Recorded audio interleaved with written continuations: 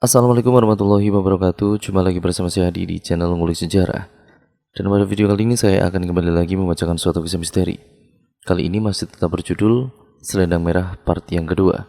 Cerita kali ini masih tetap ditulis oleh Manavila yang nantinya kalian juga bisa mengunjungi tweet beliau secara langsung. Yuk, daripada kita penasaran, daripada kita bertanya-tanya bagaimana kelanjutan kisahnya, mari kita langsung saja menuju ke ceritanya. Oh ya, untuk kalian yang belum menonton part pertamanya, saya sarankan untuk kalian menontonnya terlebih dahulu, agar kalian mengerti keseluruhan alur ceritanya dari awal sampai akhir nanti.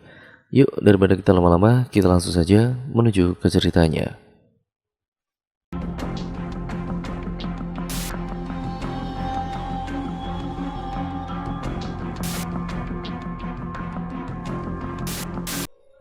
Kemarin Zaki berdiri di depan kaca sambil memasang kancing bajunya satu persatu. Bayangan pada kaca memperlihatkan matanya yang merah dan bengkak.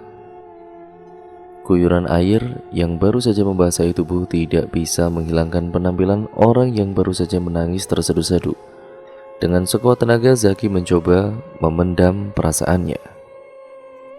Namun tiap langkah yang dilalui selalu mengingatkan pada kesedihan yang membuatnya terjaga nyaris sepanjang malam. Tidurnya yang singkat juga dipenuhi oleh mimpi buruk. Bayangan kakaknya yang terperangkap di sebuah gedung tua dan meminta tolong terus menghantui malam harinya. Dia kini berdiri di depan kasur kosong yang berseberangan dari kasur tempatnya tidur. Ada sedikit harapan di dalam hati kecilnya agar bisa melihat lipatan tidak rapi spray yang menunjukkan bahwa seseorang baru saja beranjak bangun. Dalam bayangan Zaki berharap kakaknya masuk ke kamar dan menyapa. Kakak yang dahulu selalu rutin memaksa untuk keluar kamar mandi agar tidak terlambat pergi ke sekolah. Beberapa bulan yang lalu rutinitas itu terhenti semenjak kakaknya pergi untuk menempuh ilmu di SMA berasrama di luar kota. Namun kali ini kakaknya benar-benar lenyap bagaikan ditelan bumi. Zaki berjalan ragu menuju ke depan meja belajarnya. Meja belajar itu terlihat berantakan, penuh koran dan buku terbuka yang selalu menemani Zaki setiap kali terjaga. Koran-koran yang lecek menampilkan kepala berita yang mirip. Misteri hilangnya anak-anak di desa Bawalan, penculikan anak yang marak di kota Malang dan ditemukan menjadi pengemis di daerah Pantura. Tangan Zaki menyingkirkan tumpukan buku dan kertas itu ke samping. Dia meraih sebuah figura foto yang tadinya sengaja disembunyikan di ujung meja di bawah bayangan rak di atasnya. Air mata kembali menetes ketika Zaki melihat foto yang terpajang di dalam figura itu. Foto Zaki yang tersenyum di tengah-tengah kedua orang tuanya. Ada sedikit jeda aneh pada foto mereka, tepatnya di samping sang ayah yang terlihat tersenyum. Keajaiban yang Zaki harapkan tidak terjadi. Semua foto yang tersisa tentang kakaknya telah hilang dari permukaan bumi. Seberapa lama pun dia menunggu wajah sang kakak, ternyata tidak muncul lagi dengan tiba-tiba. Zaki mengusap air mata yang menetes pada foto itu. Dia kembali menyembunyikan figura di bawah bayang-bayang meja belajar, lalu menyeka air mata dan beranjak keluar untuk bertemu kedua orang tuanya. Di bawah, ayahnya sudah berpakaian rapi dan menyantap nasi dengan lauk yang terhidang. Sementara itu, sang ibu kemudian baru saja muncul dari arah dapur, seraya membawa sepiring nasi hangat untuk diletakkan di depan kursi kosong yang ada di seberang ayahnya. Zaki segera duduk tanpa mengucapkan sepatah kata. Sang ibu memandang ke arahnya dan tersenyum bahagia. Anak yang dipandang itu masih sedikit tertunduk dan kemudian melirik ke arah ayahnya. "Ki," ujar ayahnya tiba-tiba. "Ayah tidak apa-apa kalau kamu sudah mulai mau baca koran," ujar ayah Zaki sambil menatap ke arah ayahnya. "Tapi jangan lupa dikembalikan kalau kamu sudah selesai baca yo." Zaki terberenyak mendengar kata-kata ayahnya. Hatinya rontok dan merasakan kekecewaan yang mendalam. "Iya ayah," jawabnya lirih. "Kamu kenapa Ki?" Ibu bertanya dengan tatapan khawatir.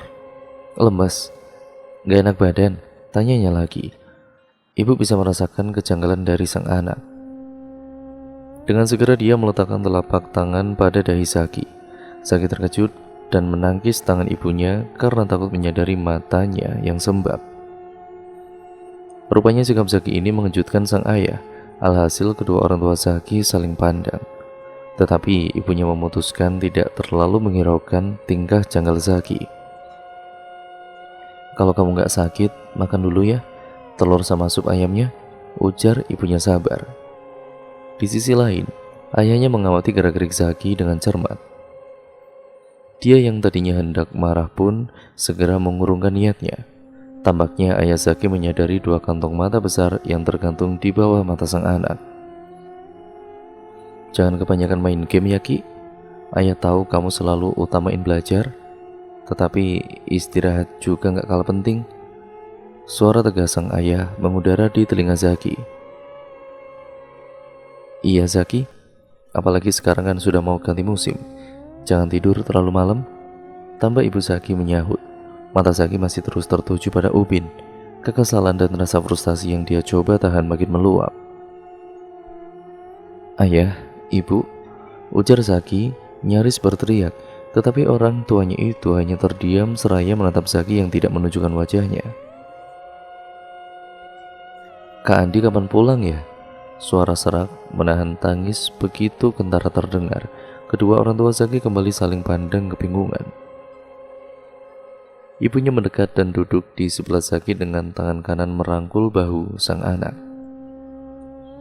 "Kak Andi siapa Ki?" tanya ibunya hati-hati. "Kamu tadi malam mimpi buruk ya?" Nafas Zaki terdengar lebih kencang dan menggeleng berulang kali. "Kak Andi," kata-kata Zaki terhenti. Sekali lagi usahanya sia-sia. Dari ujung mata, dia bisa melihat wajah kebingungan kedua orang tuanya mendengar nama anak sulung mereka sendiri. "Kamu kemarin habis baca cerita apa Ki?" Kini ganti ayahnya bertanya. "Siapa Kak Andi ini?" Kadang ayah juga begitu. Habis baca cerita suka terbawa sama ceritanya sampai kadang nangis. "Kamu lagi ada masalah di sekolah?" Ibunya kini terlihat khawatir. "Apa ada yang gangguin kamu di sekolah?" "Kak Andi ini ya?" tanya ayahnya, mulai menyusun kesimpulan dari tingkah laku Zaki. Zaki menengadah dan segera menggeleng. Kekhawatiran yang ditunjukkan oleh kedua orang tuanya terlihat sangat tulus. Namun ketidaktahuan orang tua Zaki mengenai keberadaan anak sulung mereka masih menjadi pertanyaan yang tidak terjawab. Hari demi hari Zaki mencoba memberikan pertanyaan yang sama. Pada hari berikutnya, kedua orang tuanya selalu lupa pertanyaan Zaki tentang sang kakak. Kejadian yang sudah berulang nyaris 1 minggu sejak Zaki sadar kakaknya hilang dari semua foto di rumahnya. Tidak hilang akal, Zaki mencoba menghubungi sekolah tempat kakaknya belajar. Jalan buntu kembali menyambutnya. Orang di seberang telepon berkata bahwa tidak ada siswa bernama Andi Setia Pamungkas di sekolah itu. Satu hal yang Zaki bisa dapat selama seminggu ini hanyalah kebulatan tekadnya untuk memecahkan misteri ini. Sekali lagi dia menahan rasa sedih dan frustasi, lantas mencoba menenangkan kedua orang tuanya. Dia tahu keduanya akan lupa tentang percakapan itu esok hari. Zaki menyelesaikan sarapan dengan cepat. Untungnya mobil antar jemput itu datang lebih cepat daripada biasanya. Begitu tiba di sekolah, Zaki segera berlari menuju perpustakaan yang berada di lantai 2. Saking antusiasnya, Zaki ini sampai melompati 2 anak tangga dengan lincah. Dia membuka pintu masuk perpustakaan yang berderit kencang itu. Bau buku-buku tua bercampur dengan karpet lama di ruang membaca pun menyelusup indera penciumannya ketika pintu kayu itu terbuka lebar. Cahaya lampu redup memperlihatkan ruangan yang setengah terbengkalai. Tepat di hadapan Zaki, rak-rak kayu tua tersusun sangat rapi. Di sebelah pintu masuk, meja kosong guru penjaga perpustakaan yang berada di tengah ruangan masih terlihat tidak tersentuh. Zaki berjalan masuk dan segera menyusuri satu persatu lemari buku itu. Dia melewati bagian yang berisi koran lama tanpa menghiraukan bagian majalah tua yang sudah terlihat kusam. Pikirannya tertuju pada satu bagian yang menarik pandangan matanya, rak buku fiksi. Matanya dengan jeli, kemudian dia menyusuri tiap judul buku yang ada di sana. Legenda Seribu Candi, Timun Mas, semua cerita yang sudah pernah Zaki baca. Lalu kemudian, di tengah-tengah pencarian itu, dia tidak menyadari pintu perpustakaan yang terbuka diiringi sepasang langkah yang masuk.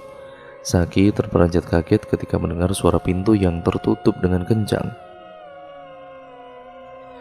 Dengan terburu-buru, dia memasukkan buku yang baru saja dibaca ke dalam rak.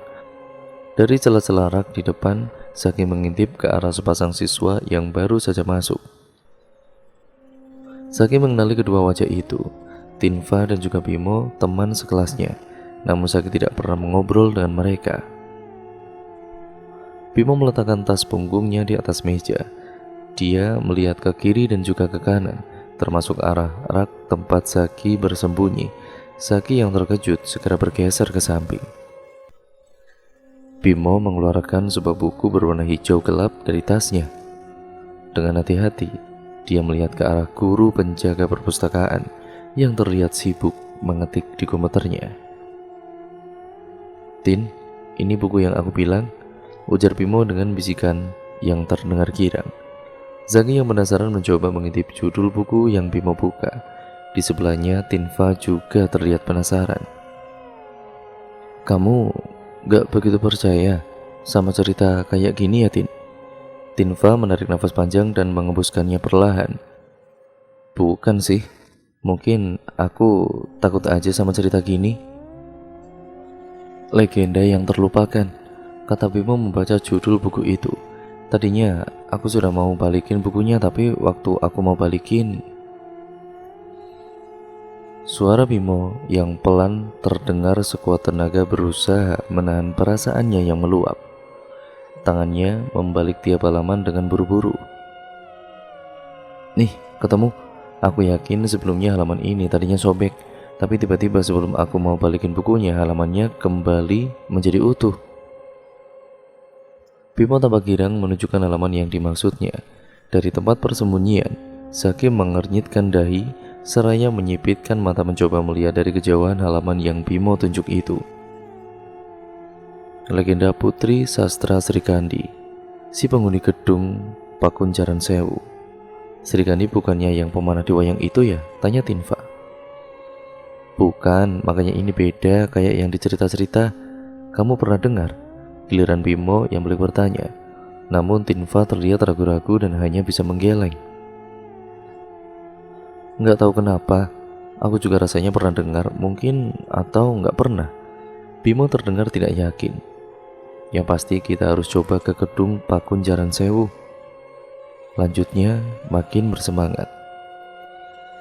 Ucapan Bimo barusan membuat Tinfa terkejut dan langsung mengalihkan pandangan pada guru perpustakaan yang masih berkutat dengan komputernya.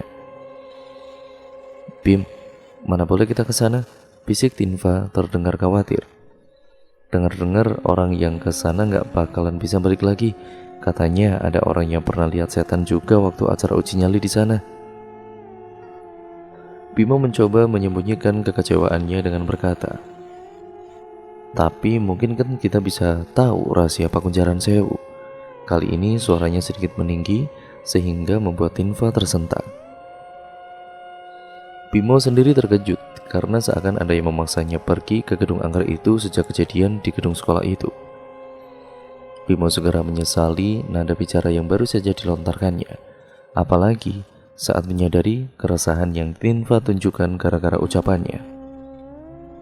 "Maaf Tin, nggak tahu kenapa aku tiba-tiba ngotot gitu.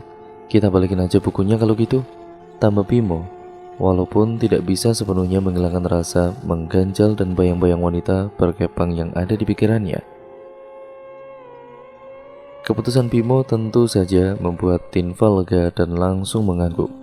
Tanpa sepengetahuan mereka, Zaki berjalan mengendap-endap menuju rak di belakangnya agar tidak diketahui oleh Bimo. Dari celah kecil di rak belakang tempat buku fiksi, Zaki memastikan letak buku yang baru saja Bimo kembalikan itu. Setelah memastikan keduanya meninggalkan perpustakaan, Zaki segera meraih buku yang Bimo maksud tersebut.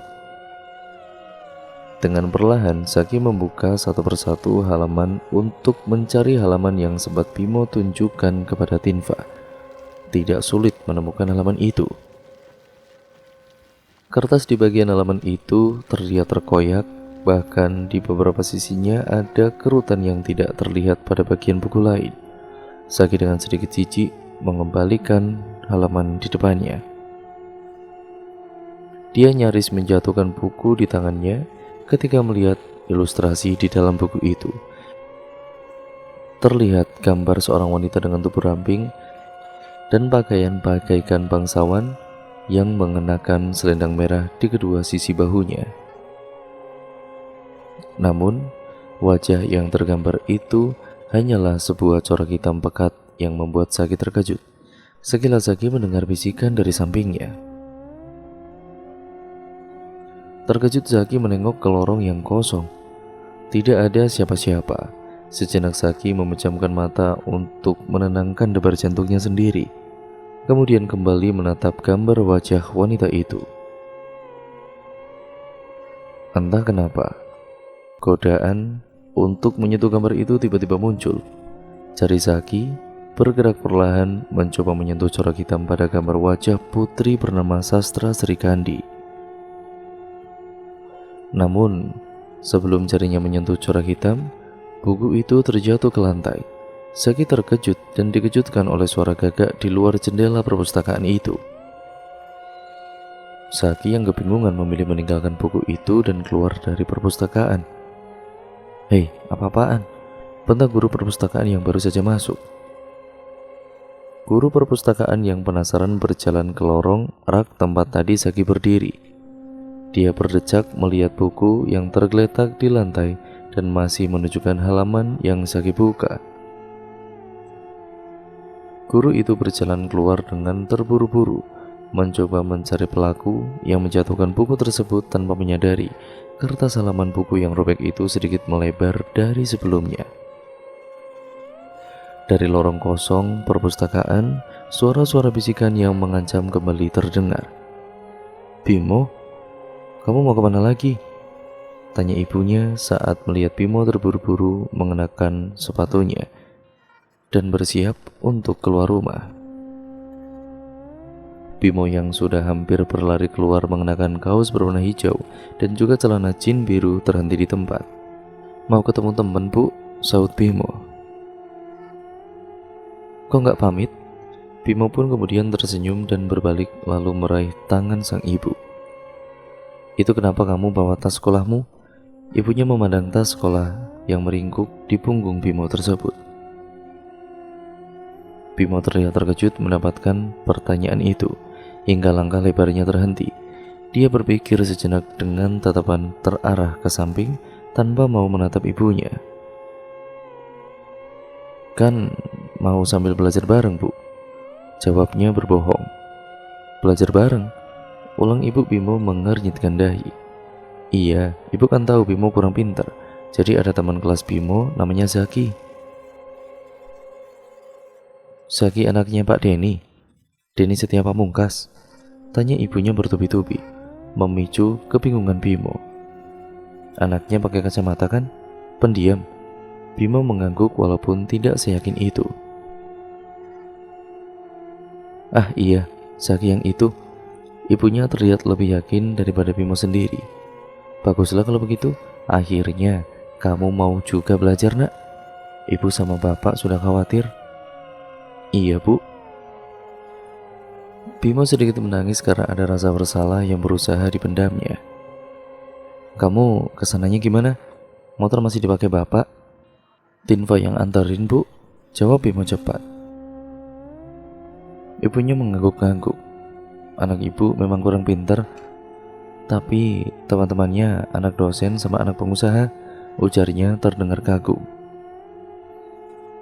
Bimo terlihat tidak nyaman dengan pernyataan sang ibu, tetapi tidak membalas pernyataan itu karena pasti akan tambah melebar kemana-mana. "Ini kamu bawa?" tita ibunya sambil meraih beberapa permen karamel dari atas toples di meja ruang tamu. "Ibu gak punya oleh-oleh, tapi kamu paling tidak bawa ini buat anak-anak mereka ya. Mau tidak mau Bimo pun menerima tumpukan permen itu dan memasukkannya ke dalam saku. Sudah sana pergi, hati-hati ya, pulang sebelum maghrib, tambah ibunya yang masih tersenyum. Iya bu, Bimo membalas senyum ibunya dan melambai meninggalkan rumah. Bimo berlari-lari kecil menyusuri gang di depan rumahnya. Tidak beberapa lama kemudian dia tiba di jalan yang lebih besar. Di seberang jalan, Bimo ini mendapati mobil merah yang terparkir di depan sebuah apotek. Tanpa menyia-nyiakan waktu, Bimo segera menyeberangi jalan dan kemudian masuk mobil. Di sana sudah ada Tinva dan juga Zaki yang menunggu sejak tadi. Tinva duduk di depan, sedangkan Zaki duduk di belakang sopir. Tinva duduk mengenakan kemeja berwarna putih dengan celana pendek berwarna coklat. Zaki mengenakan kaos biru bercorak toko kartun dengan celana pendek berwarna hitam. Oh, aku punya juga kaos kayak gitu, ujar Bimo kepada Zaki. Zaki masih terdiam canggung, tidak bisa membalas kalimat Bimo. Pak Kinan mana? Tanya Bimo segera kepada Tinva. Lagi ngopi dulu di warung situ. Tinva menunjuk ke arah warung tenda tidak jauh dari tempat mobil terparkir. Tadi aku suruh dia ke sana dulu sampai kita mau berangkat, tambahnya. Bimo pun kemudian segera berbalik memandang Zaki. Begitu pula dengan Tinva. Sikap keduanya membuat Zaki tidak nyaman menjadi pusat perhatian. Jadi gimana ceritanya Ki? Tanya Tinva langsung. Kakakmu. Sebelum Tinva ini menyelesaikan ucapannya, Bimo mengangkat tangan ke depan tubuh Tinva. Pelan-pelan aja Ki, kamu pasti sedih ya? Ujar Bimo. Mata Zaki mulai berair lalu mengangguk-ngangguk. Tapi Bimo sedikit ragu untuk berbicara, meskipun tatapannya tertuju pada Zaki dengan serius. Aku tadi sebelum pulang tanya kepada Pak Fahri, katanya kamu gak punya kakak. Zaki jelas terlihat terkejut. Dia semakin menunduk, tangannya mengepal kuat hingga darah terlihat berhenti mengalir dari ujung jarinya. Aku gak bohong kok, petak Zaki tiba-tiba. Tinva terkejut dan kemudian tidak menyangka Zaki akan meluapkan emosinya seperti itu. Lain halnya dengan Bimo yang terlihat sudah menduga reaksi dari Zaki. Zaki kini melotot ke arah keduanya. Tinva duduk lebih mundur menghindari tatapan Zaki, sedangkan Bimo hanya diam dengan tatapan serius. Dari ekspresinya jelas bahwa dia siap menerima cerita dari Zaki apa adanya.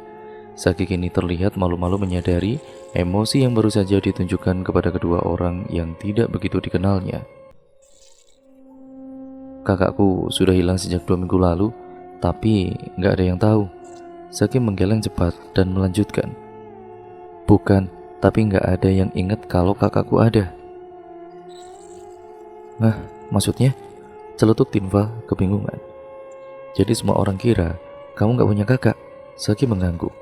Kecuali kamu. Zaki kembali mengangguk. Tinva menatap ke arah Bimo. Dia terlihat tidak percaya. Ki, dulu aku juga punya kakak gitu, waktu kecil. Aku kasih nama Arya. Cuma aku yang bisa lihat. Tambah Tinva terdengar penuh percaya diri. Bukan, sangga Zaki cepat. Ya ini kakakku, kakak kandung, nama lengkapnya Andi Setia Pamungkas. Tanggal lahirnya 10 Desember 2008. Dia itu tadinya sekolah di asrama di SMA Tunas Nusantara. Dia dulu sekolah di SD kita juga, kelas B. Ada piala dengan namanya di sekolah. Zaki memandang Bimo dan juga Tinva serius, menunggu reaksi mereka. Namun tidak berlangsung lama, dia kembali tertunduk dengan suara lirih. Zaki masih mengulang-ulang semua informasi yang baru saja dikatakan. Di hadapannya, Tinva masih terlihat bingung, sementara Bimo hanya terdiam dan mencerna informasi dari Zaki. Kalian gak percaya? Ujar Zaki kembali menatap keduanya. Kali ini tangisnya pecah, air mata mengalir dari kedua matanya. Pertanyaan Zaki menambah kebingungan Tinfa dan juga Bimo yang menggaruk-garuk kepala. Ki, kamu tiap hari ulang-ulang kalimat tadi ya? Supaya kamu gak lupa sama kakakmu. Bimo menyentuh pundak Zaki. Andi Setia Pamungkas, tanggal lahir 10 Desember 2008. Dia murid SMA Tunas Nusantara dan alumni kelas B di SD Negeri 18. Ujar Bimo mengulang semua informasi yang disampaikan oleh Zaki tadi. Tidak ada respon apa-apa dari Zaki. Anak itu masih sibuk dengan air matanya. Melihat Zaki tidak merespon, Bimo pun menepuk pundak berkali-kali sambil tersenyum. Tenang, kita berdua gak akan lupa tentang kakakmu, iya kan Tin? Tanya Bimo kepada Tinfa. Tadi SD-nya mana? Tinfa tersenyum mengajukan pertanyaan ini. Bimo terlihat kecewa. Ki, maafin Tinfa kalau tadi kayak gak percaya sama kamu ya. Tinfa emang gak begitu pintar. Rankingnya juga kayak langit dan juga bumi sama kamu. Zaki mengusap air matanya dan tersenyum. Tapi kalau pelajaran olahraga, gak ada yang bisa kalahin Tinfa, balas Zaki. Tinfa tertawa mendengar kata-kata Zaki. Tin, tolong panggil Pak Kinan ya. Kita ke sekolah dulu, ujar Bimo. Mau ngapain lagi? Kening Tinfa terlibat bingung. Aku mau lihat pialanya. Kamu masih gak percaya? Pandangan Zaki tertuju seutuhnya pada Bimo. Aku percaya sama kamu, tapi kan aku masih penasaran. Tinfa pun beranjak keluar dari mobil dan kembali bersama Pak Kinan. Pak Kinan sedikit menggerutu ketika mereka memintanya untuk menyetir ke sekolah.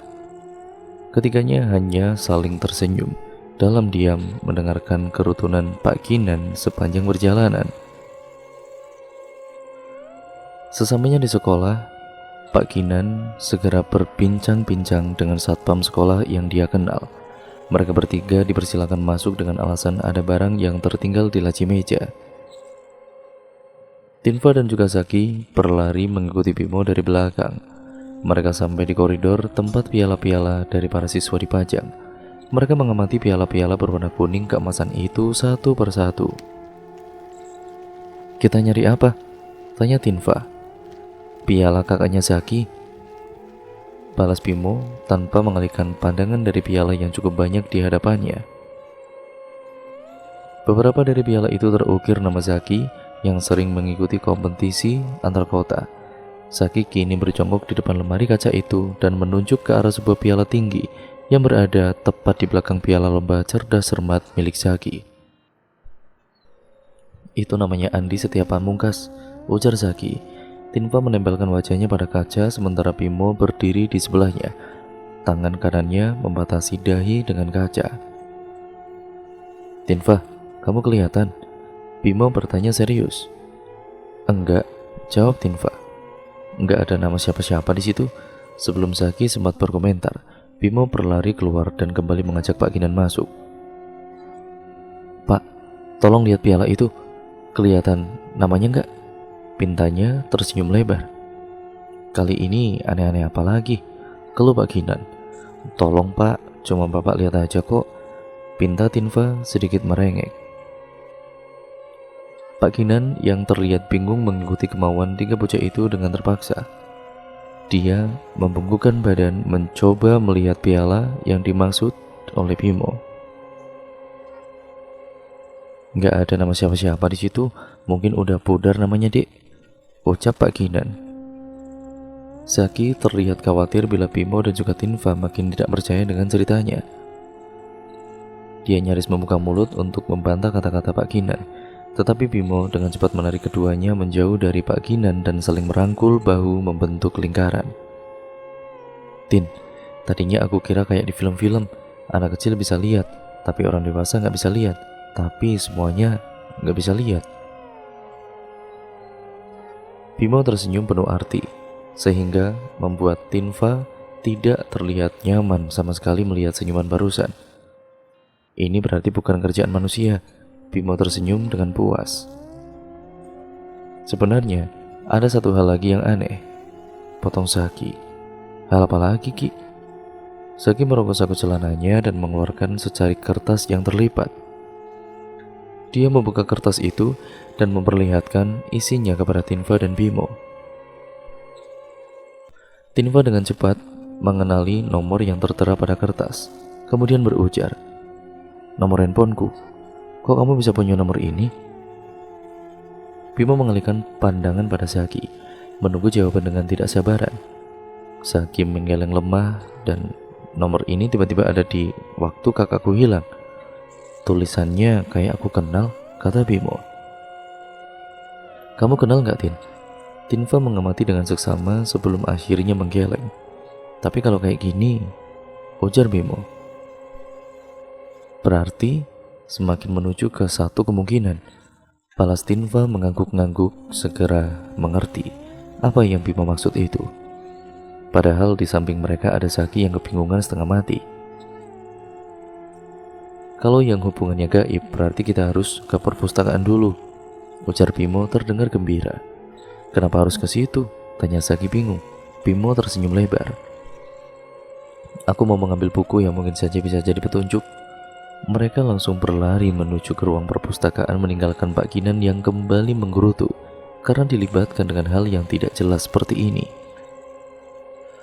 Tinfa tiba di depan pintu perpustakaan terlebih dulu, sedangkan kedua anak laki-laki itu mengikuti dengan napas terengah-engah. Perlahan Tinfa membuka pintu dengan celah yang hanya cukup untuk mengintip ke dalam.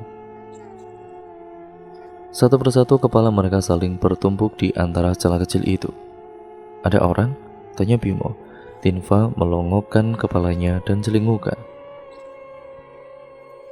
"Nggak ada." Mereka segera masuk sambil berjalan berjingkat-jingkat. Dengan hati-hati, Zaki menutup pintu di belakangnya dan bertanya, "Kok nggak ada orang? Bukannya siang-siang ini masih ada guru perpus ya biasanya? Komputernya kayak ditinggal gitu aja," ujar Bimo yang sudah berdiri di depan meja komputer si guru perpustakaan. Tanpa mempedulikan kedua temannya, Tinfa berjalan cepat ke arah rak buku fiksi. Dia segera menelusuri satu persatu buku yang ada di sana. "Bim, bukunya kok hilang?" ujar Tinfa. "Masa?" Bimo dan juga Zaki terburu-buru menuju rak buku fiksi. Keduanya sama-sama membantu mencari buku yang Bimo cari. "Bukunya kayak apa ya?" tanya Zaki terburu-buru agar keduanya tidak curiga. "Bukunya hijau tua, judulnya Legenda yang Hilang." Kali ini Tinfa yang menjawab. "Yang terlupakan," Saud Bimo mengoreksi jawaban Tinfa, padahal sebelumnya Zaki nyaris keceplosan menyebutkan buku tersebut. "Kok gak ada ya?" Zaki yang mencari di bagian bawah rak buku kebingungan. "Di sini juga sudah gak ada," balas Tinfa yang mencari pada rak bagian atas. "Iya, gak ketemu." Saud Bimo terdengar frustasi dan kembali mencoba menelusuri satu persatu buku yang berada di rak belakang. "Mau aku cari di rak lain?" Tinfa bertanya dengan tangan berkacak pinggang. "Ya udah, coba aja. Mungkin ada yang ambil terus salah taruh," balas Bimo. Zaki berdiri dan berpikir. "Apa mungkin?" gumamnya sambil menatap komputer di depan meja guru perpustakaan. Perlahan, langkah Zaki tertuju ke sana, membuat kedua temannya ini berhenti mencari dan juga segera mengikuti Zaki. "Mungkin bukan hilang, mungkin ada yang pinjam lagi," ujar Zaki. "Ya bisa jadi," jawab Bimo bersemangat. Tinfa mengangguk-ngangguk. "Untung ada kamu, Ki." Zaki mengotak-ngatik komputer di depannya itu, masih terus menelusuri satu persatu program yang berhubungan dengan perpustakaan yang ada di dalam komputer itu. "Nggak ada passwordnya atau gimana?" tanya Bimo. "Ada tuh," ujar Zaki menunjuk ke sebuah kertas yang tertempel di sisi meja. "Ya emang Bu Wati sudah lumayan tua," balas Bimo. "Nah, ketemu," ujar Zaki. "Ini buku-buku dipinjam hari ini. Legenda yang terlupakan dikembalikan oleh Bimo Taslim dan dipinjam oleh..." Mata mereka bertiga ini melotot melihat nama yang terpampang. "Pak Emil." Tinfa nyaris memekik menyebutkan nama itu. Kenapa guru IPS pinjam buku begituan? Bentar, mungkin kita juga bisa lihat siapa saja yang pernah pinjam buku itu. Saki mengetikkan sesuatu pada layar komputer. Layar komputer di depan mereka berganti gelap. Ah, teriak Tinfa yang segera berbalik badan. Bimo dan juga Saki nyaris terlonjak kaget dari kursi. Keduanya menghadap ke belakang mengikuti. Kenapa, Tin? Tanya Bimo was-was. Tadi kayaknya ada bayangan orang di belakang kita. Mata Tinfa membulat terkejut. Orang? Tanya Saki kebingungan karena suasana di dalam perpustakaan masih hening. Tidak ada orang yang di dalam perpustakaan selain mereka bertiga. Kamu yakin? Saki masih terus bertanya, sedangkan Tinfa mencoba menjelaskan sosok yang baru saja dilihatnya. Tadi aku lihat ada yang berkibar-kibar. Ya sama mungkin mahkota. Di bayangan orangnya, ucap Tinfa tidak yakin. Bimo berjalan menjauhi keduanya. Perhatiannya teralihkan oleh langkah kaki lembut yang baru saja dia dengar. Shh, ujar Bimo mengisyaratkan keduanya untuk tenang. Suara langkah yang mengendap-endap kembali terdengar. Bimo masih meletakkan jari telunjuk kanannya di depan bibir agar kedua temannya ini terdiam. Perlahan Bimo mulai mencari sumber suara yang didengar. Suara itu terdengar begitu dekat. Langkah kaki yang dia dengar berada di gang di sebelahnya. Bimo menghentikan langkah. Bersamaan dengan itu, suara langkah kaki itu pun ikut berhenti. Bimo berlari ke rak sebelahnya untuk memergoki sosok misterius di sana. Namun di depannya hanya ada lorong kosong yang diapit oleh dua rak buku. Dia berjalan memasuki lorong rak itu, melihat ke sana kemari. Kenapa, Bim? Tanya Tinfa yang terdengar ketakutan. Shh. Bimo kembali mendengar suara langkah kaki yang sama. Kali ini suara itu terdengar dari lorong selanjutnya. Dia pun berdiri di tempat dan kemudian menundukkan badannya, mencoba mengintip dari celah antara lantai dan rak buku. Ada orang, ujar Bimo. Bimo melihat sepasang kaki mungil mengenakan sepatu merah bercampur coklat berdiri di gang sebelah. Sosok itu masih berdiri dalam diam. Halo, siapa di sana? Tanya Bimo dengan suara gemetaran. Tetapi sosok itu tidak membalas. Bimo masih terus menatap sepasang kaki itu. Sampai akhirnya sebuah benda tiba-tiba terjatuh. Ah! Teriak Bimo terkejut dan kemudian terduduk. Saki dan juga Tinfa segera berlari menuju ke arah Bimo. Kenapa, Bim? Tinfa bertanya seraya menatap cemas. Saki sendiri berjongkok di sebelah Bimo, membantunya untuk berdiri. Muka Bimo terlihat pucat. Bimo yang selalu pemberani terlihat sedikit gemetar karena terkejut. Di sebelah ada orang, ujarnya. Tinfa dan juga Saki saling pandang. Perlahan Tinfa mencoba melihat ke arah gang sebelah antara celah di rak buku itu. Gak ada orang kayaknya, ucap Tinfa. Tunggu, gadis itu berlari ke ujung gang. Saki dan juga Bimo itu pun mengikuti. Ada apa, Tin? Tanya Bimo dengan suara lebih tenang. Aku tadi kayaknya sekilas lihat ada yang lari. Kamu lihat apa? Bimo langsung menyaut. Aku lihat kayaknya ada perempuan di gang sebelah tadi. Kok kamu tahu itu perempuan? Tanya Saki tidak mengerti. Sepatunya mirip sepatu kondangan ibuku. Terus kok kamu teriak, Bim? Pertanyaan ini berasal dari Tinfa. Ada yang jatuh, aku kira tangan, tapi ternyata selendang, ujar Bimo. Selendang? Selendang merah? Saut Tinfa begitu yakin. Ketiganya saling pandang kebingungan. Mereka mengendap-endap memberanikan diri ke gang sebelah. Ketiganya disambut oleh keheningan. Tidak ada sosok yang mereka kira di gang itu karena yang terdengar dari dalam ruangan hanya suara daun pohon yang bergesekan di luar jendela yang sedikit terbuka. Saki berjalan ke gang itu dan membungkuk. Sebuah benda berkilauan kini ada di tangannya. Apa itu? Tanya Bimo. Kelereng, jawab Saki kebingungan. Di tangan Saki sebuah kelereng perak berkilauan memantulkan wajah penuh keheranan yang mereka tampilkan. Mereka terburu-buru keluar dari perpustakaan, sedangkan Saki menyimpan kelereng perak itu di dalam kantongnya. "Kita ke ruang guru yuk," usul Bimo. Mendengar ajakan Bimo, Tinfa menjawab, "Kenapa? Kamu langsung mau ketemu Pak Emil?" tebak Zaki. "Ya mungkin," Bimo mengedikkan bahu. "Biasanya kan pintu ruangan guru selalu kebuka juga. Kita bisa lihat kalau Pak Emil dan juga Bu Wati di sana atau enggak." "Bu Wati guru perpus?" tanya Tinfa memastikan. "Iya," jawab Bimo dengan singkat dengan nada suram. Mereka bertiga menyusuri jalan di lantai 2 dan berbelok ke ujung gedung sekolah yang menyerupai huruf L itu. Di bagian ujung gedung yang sama, mereka segera tiba di depan ruang guru. Zaki dan juga Tinfa berdiri di balik tiang yang berada di depan ruang kelas di sebelah ruang guru. Sementara itu, Bimo berjalan perlahan dekat dengan tembok kelas. Pintu yang biasanya terbuka hari ini tertutup. Bimo mendekat dan mencoba menengok dari jendela kecil yang ada di bagian atas pintu. Tubuhnya yang tidak begitu tinggi membuatnya harus berjinjit. Namun, sebelum dia berhasil mengintip, pintu itu telah terbuka. "Ngapain kamu?" tanya Pak Boni, guru bahasa daerah mereka yang botak itu. Pak Boni yang mengenakan seragam berwarna abu-abu tua berdiri di antara kedua pintu.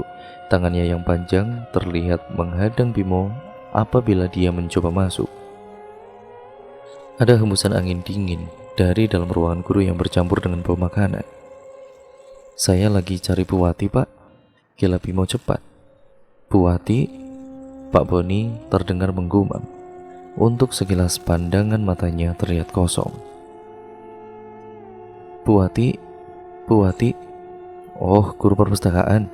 Iya Pak, saya tadi lupa balikin buku waktu jam sekolah, makanya saya kembali ke perpustakaan. Tapi Bu Wati sudah nggak ada." Pak Boni menengok ke dalam. Hanya ada segelintir guru yang tersisa di sana. Sekilas Bimo mencoba mencari sosok Pak Emil yang seharusnya mudah dikenali. Guru muda berambut pendek dengan kumis tebal menghiasi bibir mulutnya. Akan tetapi Bimo tidak menemukan sosok Pak Emil. "Ada yang tahu Bu Wati kemana?" tanya Pak Boni kepada para guru di dalam ruangan. Bimo bisa melihat wajah kebingungan para guru di sana. Mereka saling pandang sebelum berbalik menatap Pak Boni dengan bingung. "Guru perpustakaan," ujar Pak Boni berbisik sambil menutupi mulutnya dari pandangan Bimo. Semua guru yang berada di dalam seakan baru terjaga. Mereka mengangguk-ngangguk setelah sadar nama yang dimaksud dan menjawab dengan jawaban serupa. "Nggak ada yang tahu Bu Wati di mana." "Kamu namanya siapa?" Pak Boni memandang Bimo. "Saya Bimo dari kelas 5C. Nanti saya sampaikan pesan kamu." "Memang telatnya berapa hari?" "Cuma sehari Pak." "Oh yaudah nggak apa-apa, kalau cuma sehari nanti saya jelaskan kalau Bu..." Pak Boni kembali terlihat bingung. "Kalau Bu Wati," potong Bimo. "Iya kalau Bu Wati kembali," lanjut Pak Boni. Bimo segera berterima kasih dan juga pamit. Di belakangnya, Pak Boni kembali masuk ke ruangan dengan wajah terlihat bingung. "Gimana Bim?" tanya Tinfa saat Bimo kembali. "Pak Emil nggak kelihatan, tapi yang aneh itu Bu Wati." Kening Zaki mengernyit. "Kenapa Bu Wati?" "Kayaknya kejadian yang mirip sama kakak kamu," jawab Bimo terdengar kurang yakin. "Dia hilang." Mata Zaki membulat penuh khawatir. "Ya mungkin," jawab Bimo. "Kalian ingat gak muka Bu Wati kayak gimana?" Zaki dan juga Tinfa bingung mendengar pertanyaan Bimo. Mereka berdua mencoba kembali mengingat sosok guru perpustakaan yang selalu berkutat di balik layar komputer. Bu Wati," ujar Tinfa berkali-kali. "Aku kok nggak inget ya, tapi aku yakin Zaki pasti inget." Zaki kemudian menggeleng. "Padahal aku juga belum lama ini ke perpustakaan," katanya lesu. Tadi juga di sana Pak Boni dan juga guru-guru yang lain kelihatannya mulai lupa. Bukan cuma mukanya, tapi kayaknya orangnya bakal hilang kayak kakak kamu. Bimo berusaha menjelaskan keadaan yang baru saja dilihatnya itu. Jadi, apa semuanya gara-gara buku itu? Tanya Zaki yang khawatir dirinya mungkin juga nyaris hilang ketika hampir menyentuh ilustrasi wajah pada buku itu. Ya, bisa jadi. Jadi ini mungkin semua ada hubungannya sama Pakun Jaran Sewu. Ujar Bimo menyimpulkan. Kalau menurut kalian sendiri gimana? Ya bisa jadi, jawab Zaki. Wajah Tinfa terlihat khawatir. Jelas dia terlihat tidak nyaman dengan kesimpulan yang baru saja Bimo buat. Apa ini berarti kita harus ke sana? Ya kira-kira bisa nggak ya? Kita minta tolong Pak Giman buat mungkin fotoin gedungnya dari luar. Siapa tahu kalau Bu Wati memang hilang dan belum lama juga mungkin dia masih ada di sana, usul Zaki. Dan cerita pun akhirnya bersambung ke part yang selanjutnya. Nah, untuk kalian yang penasaran bagaimana kelanjutan ceritanya, kalian saksikan hanya di channel ini ya teman-teman. Jangan lupa like, comment, dan share, serta subscribe untuk kalian yang belum. Nyalakan tombol lonceng notifikasinya agar kalian tidak ketinggalan video terbaru selanjutnya dari channel ini. Sekian video ini saya akhiri, kurang lebihnya mohon maaf. Wassalamualaikum warahmatullahi wabarakatuh.